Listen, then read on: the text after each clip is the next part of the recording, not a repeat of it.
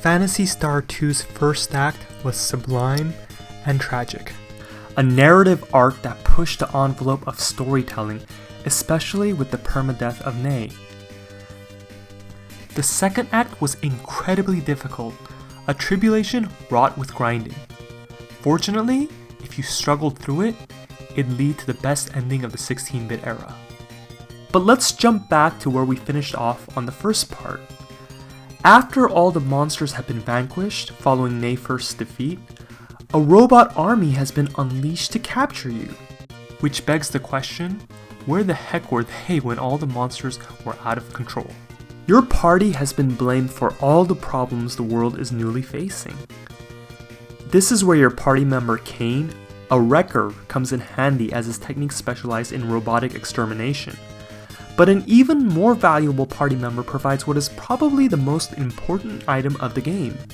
Sheer is your final party member and a thief. Unlike most games where thieving happens in battle, she steals randomly from shopkeepers in town, purloining a combination of valuables and rare items. If you strengthen her to level 10 and take her to the baggage claim in the central tower, she will steal the Visiphone. The Visiphone lets you save anywhere at any time, except during battles. For what might be considered an extremely difficult JRPG in Phantasy Star II, the portable saving system was a godsend. Add to that the fact that Sheer is the fastest character in your party, and she's arguably one of the essential members of your group.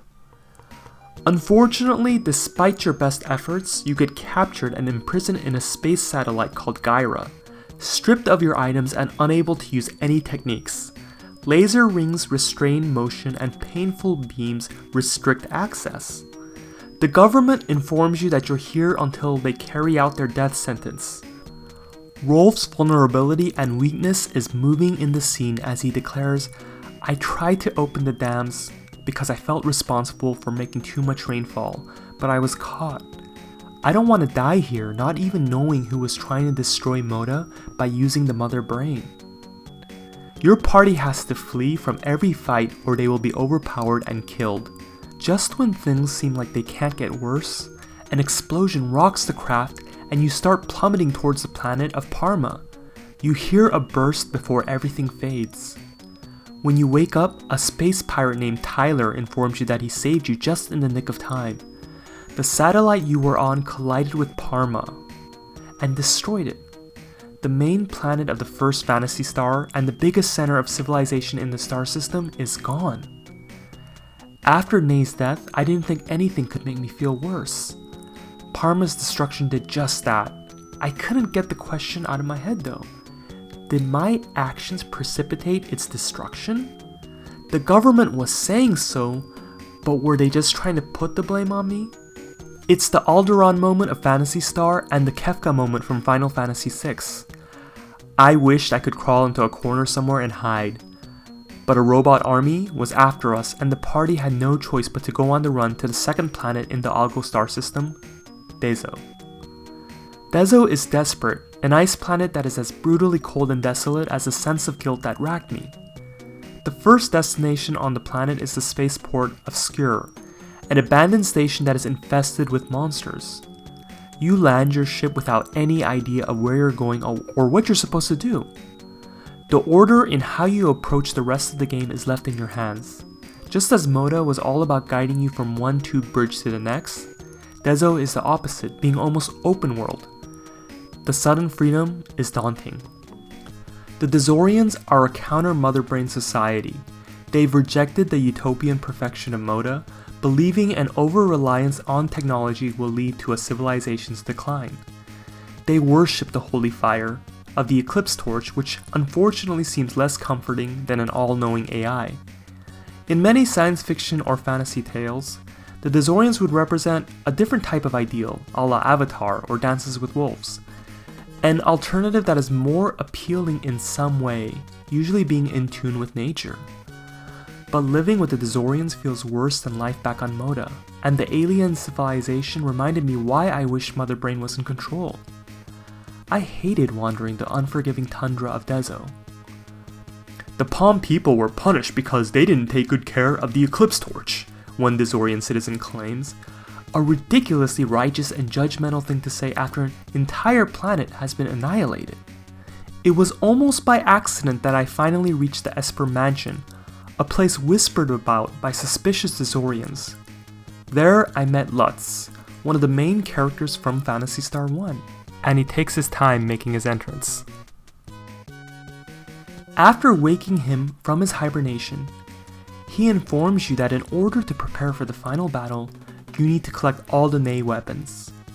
He sends you off to tackle the 4 dungeons with the hardest enemies in the game. Regarding the Ney treasures you have to find, I initially thought your fallen companion Ney had left the special equipment for you, and that gave the journey a special significance. Admittedly, it didn't make sense how she could place these weapons in 4 separate dungeons a whole planet away, but I didn't question it back then, it was just game logic.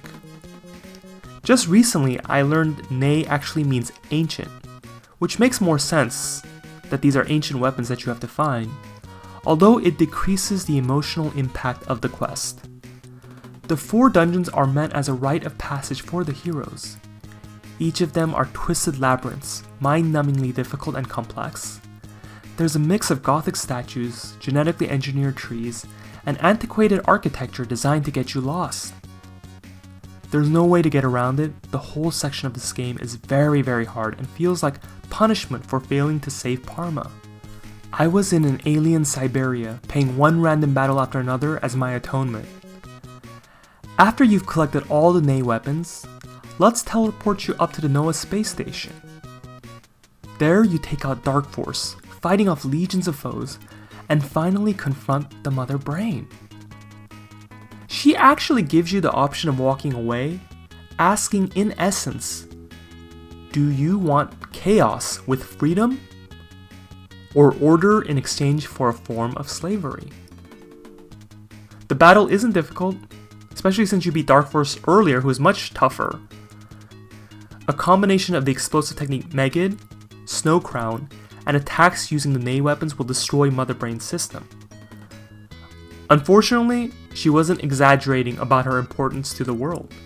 Her death leads to the complete collapse of the Motavian utopia. But right before you can leave, Lutz realizes there's another presence aboard the ship and urges you to go face it. So you walk past Mother Brain's hall into a chamber filled with an eerie choir, dressed in a variety of colors. Their leader, who looks human, greets you and admits that they were the ones who built Mother Brain.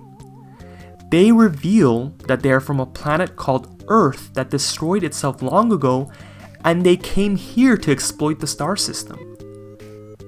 The ultimate villains are Terrans, and you, the player, need to defeat them. The truth that despite all the positive effects of Mother Brain, humans could be capable of so much evil, to the point of committing mass genocide in Parma, was startling. Hadn't Earth's humans already been destroyed by their past greed? Didn't they learn from their own mistakes? What were they hoping to gain? A battle ensues, showcased in anime-style portraits of each of the characters in their various battle poses, side by side with text of angry defiance. I couldn't wait to find out how it all concluded. The shot of Rolf resolutely gritting his teeth had me enthralled. The game cuts away to a view of space and Dezo. A question is posed, I wonder what people will see in the final days. A credit sequence follows, climaxing in an unexplained flash of light. The end. I kept on pressing the buttons on my controller to check if I'd missed something. What happened? Did Rolf and his party win? Or did the humans triumph? Would they re-establish control with a new Mother Brain, or did both parties die? Even when the sequel came out, none of these questions were answered, as Phantasy Star III was more of a side story than a continuation of the second part. I couldn't get the ending out of my mind.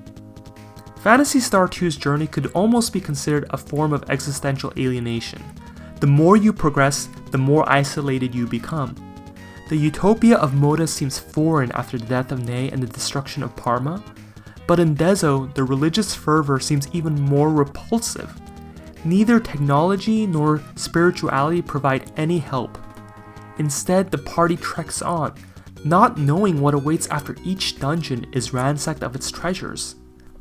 The saying, hell is other people, takes on a disturbing new context when those other people turn out to be literal humans attempting to subjugate the star system.